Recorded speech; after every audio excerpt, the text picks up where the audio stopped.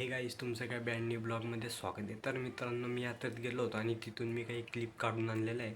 तर मी तुमच्यासोबत ते क्लिप शेअर करतो, तुम्ही जाऊन बघा आणि मला कमेंटमध्ये नक्की सांगा कशा वाटल्या तुम्हाला त्या क्लिप। तर जाऊन बघा तुम्ही।